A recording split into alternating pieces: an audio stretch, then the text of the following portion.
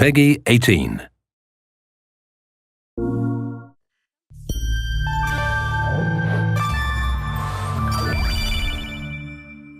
Hi, my name is Colin Graham, and I'm the animation director on Watch Dogs 2. Today we want to give you a look at our free roaming demo and give you a more detailed look at the open world and the Bay Area. This video is recorded from an alpha build of Watch Dogs 2 running on PS4. In Watch Dogs 2, we've expanded our hacking tools to give the players more options. By tapping and releasing the L1 shoulder button, we can do a contextual quick hack on this person. If we want more hacking options, we simply hold the L1 button while focusing on our target. Now we can see that there's 4 contextual hacks available on this car. Using the L1 button in 2 different ways allows the players to have fast access to the most common hacks, but it also opens up additional contextual hacks. This gives the player more hacking options than before. We've also added a NetHack view to the hacking toolkit, which allows you to toggle a digital filter to see the world like a hacker. We can easily pick out hacking opportunities and also pick out strange digital signals and data anomalies that are of interest to us. The orange signal indicates that there's a person whose digital profile has interesting properties for us to investigate. So let's take a closer look. When we're exploring the world, NetHack is a very useful tool to help us identify people or items of interest. It's a really good idea when you explore the open world to use your NetHack and look around, because you never know what you'll find. We can hack into his phone and read his text messages to get a clue about what's happening. As a hacker, it's really easy for Marcus to get someone's personal information. This guy's text messages indicate that he's experiencing strange behavior happening on his phone. He seems to think that it happens every time he comes to this exact area. Let's see what our DedSec teammates think about these strange signals. That felt like a rock star pose. Found something weird. Sweet. Get a picture. No, I mean, my MC catcher detector is going off. We really need to find a better name for that. Why? That's the technical name.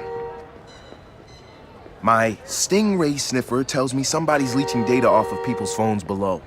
Looks like the data's going to Coit Tower. See? Weird. Weird indeed. Marcus has detected that there's an illegal Stingray box deployed somewhere around Coit Tower. We now have access to a new DedSec operation, and we can track it with our DedSec app. You can do any operation you want in the order that you want, as long as you've discovered it and it's in your DedSec app. With the NetHack, we can see the Stingray box is deployed all the way on the top of Coit Tower. But since the tower is closed, we're going to have to find another way to reach it. You still have a little on your nose. In Watch Dogs 2, Marcus has some custom-built toys to play with, so we can just deploy our quadcopter and fly it to the top. Coit Tower is an iconic landmark known for its great view. From here, you can see the whole city is accessible. You can visit landmarks like Sutro Tower, you can explore Golden Gate Park, or take a drive across the bridge to Marin. You can sail the bay on a sailboat, or you can visit Alcatraz, or maybe take a selfie with the sea lions on Pier 39. You can also travel across the Bay Bridge to Oakland, or take the freeway south to Silicon Valley. You can also take your time and explore San Francisco's diverse neighborhoods like Chinatown, Castro, or even the Tenderloin. With the drone, we can easily hack into the Stingray box and track its source. This one is operated by Greystrom, who are illegally installing these boxes all across the city. The open world is full of opportunities like this DedSec operation. All you have to do is explore the environment using NetHack and the Profiler to find them all.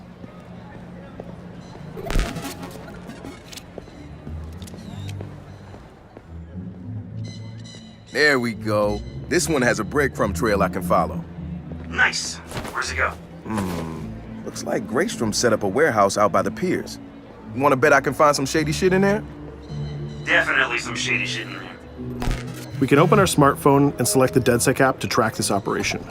We use the DedSec app to manage all of our activities in Watch Dogs. We can see the objectives on our map, and it's not very far, so we can drive there pretty quickly. The Noodle Map app can be used to locate different landmarks and areas of interest. The entire Bay Area is yours to explore from the very beginning of the game, so you don't need to unlock anything. There's also a shop on Pier 39 where we can customize Marcus's outfit, and there's some other open world activities we can check out along the way too. Let's take this car and head down to the waterfront. Cars are particularly vulnerable to a hacker like Marcus, and you can acquire a skill that allows you to simply unlock any car in the game with your phone. One of the biggest feedbacks we got from the fans after the first Watch Dogs game was about the driving. We've significantly improved the driving to make it more responsive and accessible to a wider number of players. Driving was reworked extensively with a team of experts from Ubisoft Reflections. This is a particularly important improvement because San Francisco is known for its steep hills and its tight winding streets. Of course, driving and hacking go hand in hand, and you can still hack steam pipes, traffic lights, and you can also hack individual vehicles. As you can see, it's much easier to drive through the city in Watch Dogs 2. Let's pull up here at iconic Pier 39 and take a quick look around. I am so proud of us for voting Miranda in. She's fantastic. Up ahead is a clothing store, so let's go give Marcus a new look. Each clothing store has the style of the people who live in that area, so as you travel around the world, you can start to build a wardrobe that's as diverse as San Francisco itself.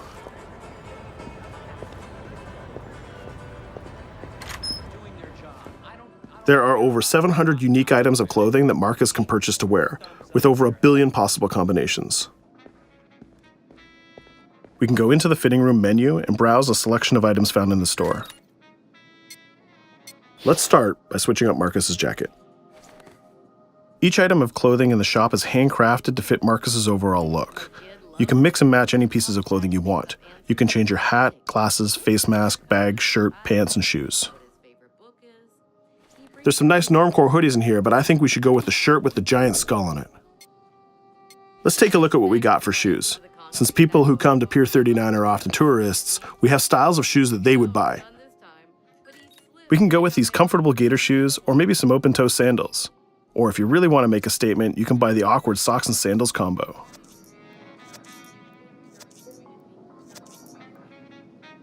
In the end though, I think we should go with Stars and Stripes Chucks. We could really stay here all day trying on clothes, and each store has a wide variety of clothing options so you can really make Marcus look the way you want. From biker leather to hip-hop, from pinstripe suits to tie-dye tank tops, you can really craft the look that's unique to you. In Watch Dogs 2, you manage your activities from your smartphone. There's an app shop, a media player, the DedSec app, and a research app that allows you to develop new skills. Let's take a look in the app shop to find the ScoutX app. San Francisco is full of iconic landmarks, so as you explore the world, you'll find new ScoutX objectives in the app. Once we've installed it, we can find nearby landmarks and go check them out. When you visit San Francisco, there's so many great landmarks to visit. The ScoutX app will be like your tour guide in Watch Dogs 2. We're right near the crab statue on Pier 39, so let's go to that one right now.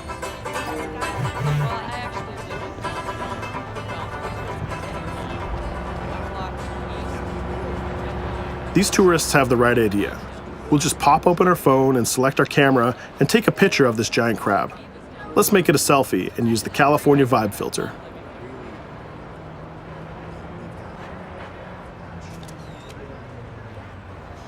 What's that? Uploading the photos to the ScoutX app will give you more followers, and you'll need those followers to progress through the game. So we had a look around and we bought some new clothes, but let's get back on track and head to that next pier, and we'll take care of that stolen data at the Greystrom site.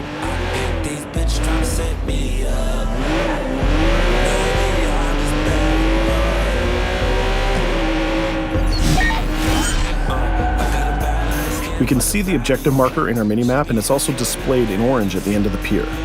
Let's park our car past the scissor lift and go scout the place on foot. Operations in Watch Dogs 2 are almost always a free approach, so you can go after the objective from any direction. Let's start by getting into cover and scouting our enemies and see if we can spot the objective. From there we can make a plan of attack. We can launch our drone and scout the area. We can use our NetHack view to see that there are guards patrolling the rooftop, and the objective is in a small office. There are also some civilian workers that might notice us, so we need to avoid them too. In the NetHack view, we can see that the door is electronically locked, but it can be bypassed by a junction box on the lower level. The connection is shown in a red line. Unfortunately, that box is protected by an armed guard and an attack dog. So we'll probably have trouble if we try to sneak past the dog in person, but luckily Marcus has another toy, which is the RC Jumper. This little guy is small and much harder for enemies to detect. The RC Jumper is another DedSec gadget that gives Marcus a different way to approach obstacles in the layout. The RC Jumper has this cool little robotic arm that's been hacked into the body. This allows him to physically interact with objects and allows Marcus to stay safely hidden. Now the junction box is unlocked and we can open the door upstairs. We can hack that scissor lift that we passed on the way in and reach the rooftop.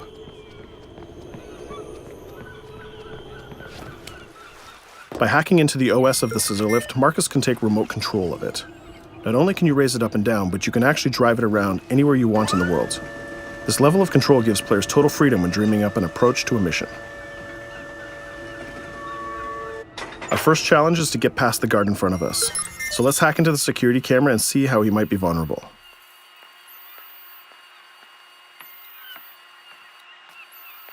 There's an industrial air conditioner unit that we can hack. We can set it to explode when the guard comes close, and we can hack it to attract the guard with a strange noise. The guard will go investigate the noise and walk straight into the trap we set. Shit. Does anyone know first aid?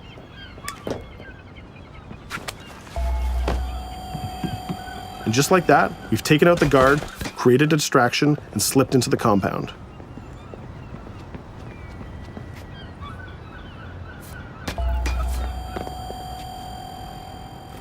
A more direct way to neutralize a guard is to use the non-lethal stun gun. Marcus has an array of non-lethal tools and techniques, and you can complete the entire game without actually killing a single enemy. Since we already unlocked this door with our RC jumper, we can just quick hack it to open it. Now we're in the room, we just need to install one of our custom DedSec boxes into this Bloom terminal, and we've completed our final objective. All that's left to do now is escape undetected. Each operation we undertake will give us more followers, and more followers will allow you to take on even bigger operations. So let's get off this pier and explore a little bit more.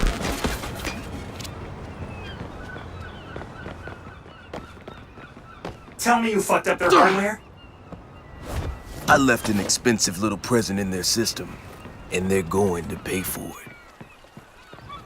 Damn, you sound like Jimmy Siska. Hell yeah!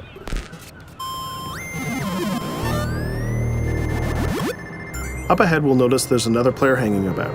He's easy to spot because of the purple icon and the gamer tag over his head. In Watch Dogs, your game session can be seamlessly merged, and you will often encounter other players exploring the world just like you. This guy looks really friendly. We have an opportunity to join up and form a co-op party, so let's send him an invite.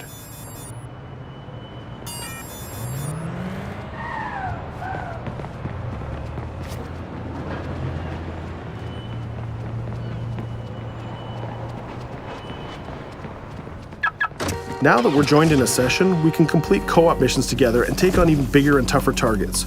2 hackers are better than 1.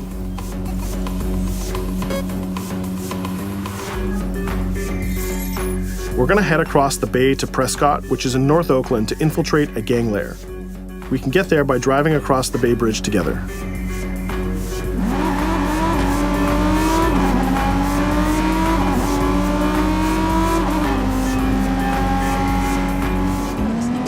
Alright, we can see that we're in a much different neighborhood than before.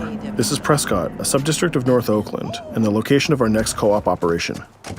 With our partner, we can go together and activate this mission.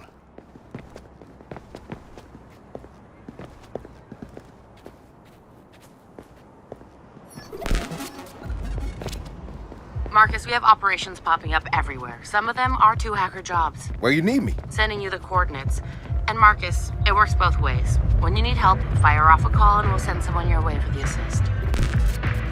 This area is a free approach, so we can tackle it any style we want. Since we're now 2 hackers working together, we'll cover our partner from the sky and help him out with some well-timed hacks. We can distract this guard by hacking his phone, and our friend will take him down very stealthily.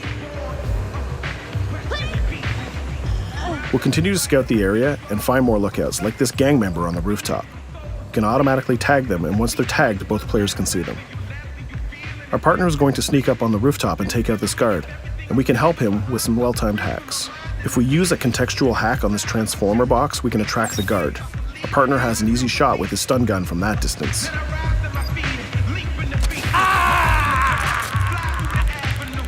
Using the NetHack view again, we can see that there's a lockbox connected by red connection lines to a room on the other side of the compound. Inside this room, we see our 2 targets meeting up, and it's a perfect place to take them down simultaneously. We need to get that box unlocked and get into that room. As we continue to scout this area, we can see this compound has a lot more guards than the last one, and they look very heavily armed. We'll need to take care of these guards if we get detected. There's also a car parked in the garage, so we might need that to escape later. Let's go back to our friend and get him to disable that junction box so we can unlock the door to our target. The drone has a lot of flexibility and it's small and hard to detect, but the trade-off is that you can't physically interact with objects like this junction box. But it's not a problem for our man on the ground to do that for us. The signal lines have changed from red to blue, so now we know that we can open the doors and get to our targets. Scouting phase is done, so let's get up on that rooftop with our partner and get close enough to neutralize these enemies. We can hack these junction boxes and set a proximity trigger on them. They'll explode if an enemy passes through them, but they won't be triggered if we pass through them ourselves. We can also deploy electroshock mines from our inventory, and they're fully hackable too. It's a good idea to leave traps for your enemies in case they try to flank you. Our partner is camped out by the door ready to rush into the room, but we're going to create a distraction first. We'll get into position behind these crates, and this time we'll launch our RC jumper. Once our partner opens the door, we'll zip in and create a distraction.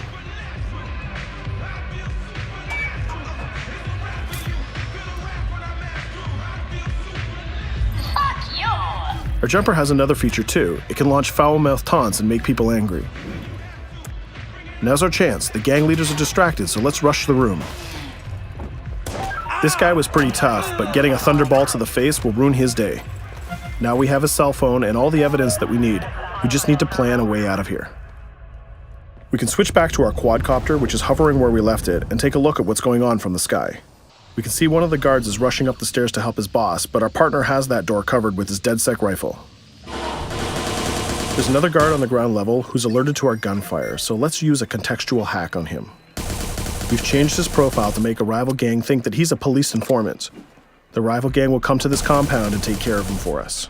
Things are heating up, so we're going to have to improvise a little bit. We can hack the car in the garage and reverse it away from the enemies so we can use it for our getaway. The rival gang just arrived and they've engaged in a gang war with the remaining guards. These guys aren't messing about, they're armed with grenades and body armor. We'll take some higher ground and use our DedSec 3D printed assault rifle to take them on. They're here somewhere. Find them. He lost us. Akko, we better leave it. There's still one guard left, so we can hack his headset, which leaves him vulnerable to a takedown.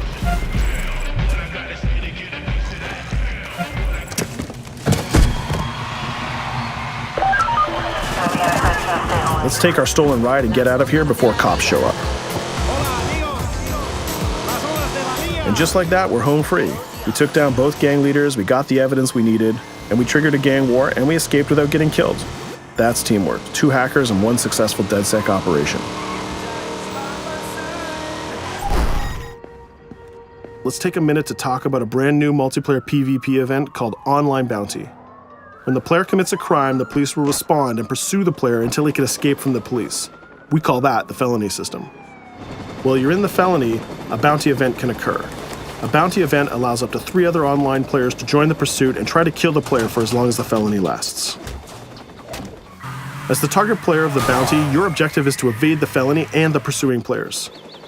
Rewards are given for neutralizing the hunters. And the objective of the hunters is to neutralize the target player. Bounty is a seamless PvP event that's triggered by your player style and how you interact with the police. If you are the type of player who's always in conflict with police, you'll have a higher chance of having a bounty placed on you. But if you can neutralize the hunters, you'll get additional rewards. I hope you've enjoyed our walkthrough of the open world of Watch Dogs 2, and I hope to see you online November 15th.